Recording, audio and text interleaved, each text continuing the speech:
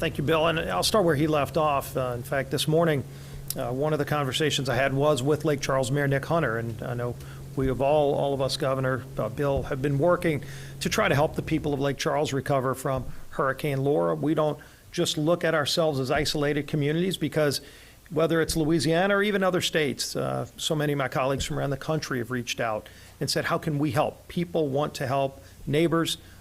We're all in this together, and we're going to work to make sure that we rebuild this area. But we also want to make sure we don't leave Lake Charles behind as well. And as supplemental appropriations talks move forward, and they're already happening as we speak, and as President Biden comes in on Friday, we will be having that conversation with him as well. But we also want to make sure that the Lake Charles community is not left behind that either. But now if we talk about the assessment here, and as Parish President Shang mentioned, this morning I wanted to go out to see some of the most hard-hit areas. And so we went out, we got with Parish President Archie Chasson in Lafourche Parish, as well as Cynthia Shang. We looked over some of the really hard-hit areas. Obviously, Port Fourchon is where Ida struck ground.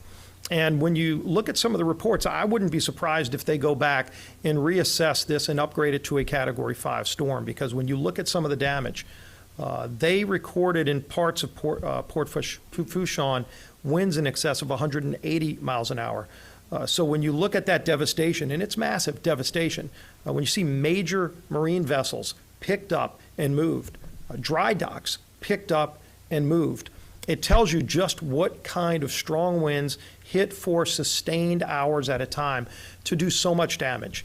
We saw the destruction that was done to those communities in Grand Isle and Port Fourchon, and we wrote up the whole route that Ida took, and you can see the devastation all around. So we know this is going to be a process to get back on track, to rebuild stronger. But as we rebuild stronger, we really need to rethink how we rebuild. And this is something we did after Hurricane Katrina. There were a lot of debates about levees. We saw the flaws of the old levee boards. We had big battles in Baton Rouge and overcame those, and finally reorganized our levee boards to put professionals in charge. And when we rebuilt those levees, Governor, we saw much stronger levees, as the governor alluded to, that held. All of those levees, even the levees in Terrebonne and Lafourche that they built on their own. They're not yet Corps certified. We're trying to get Morganza to the Gulf. But they built their own levees, and those levees held even in these highly destructive winds of Hurricane Ida. And so because we rethought how to do it better, not just rebuilding what we had, not rebuilding what broke, but rebuilding better so it doesn't break again, and those levees didn't break.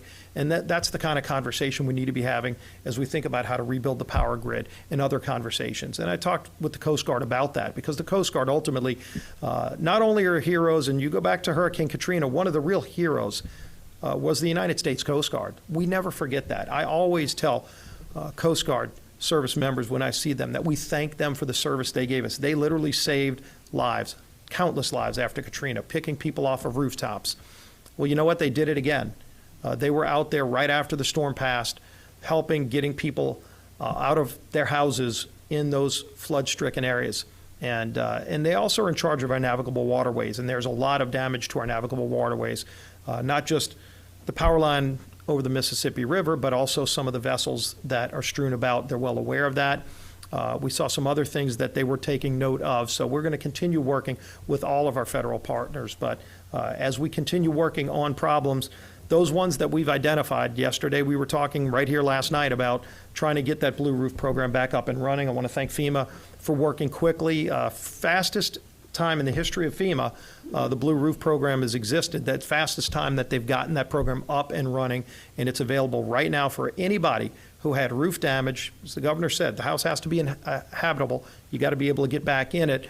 But if the roof has damage, that program is now up and running, fully paid for by FEMA through the Corps of Engineers to get people out there to put a blue roof on your roof, not just to pick up a tarp, but to actually install it professionally so that you can get through the storm, get through whatever might come in the future weeks and months until you can get your roof fixed.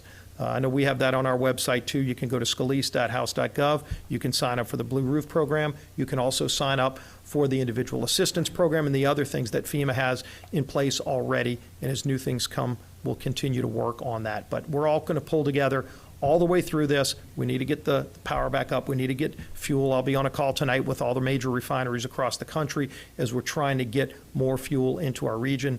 But we're going to keep working together. Governor, Parish President Shang, thank you.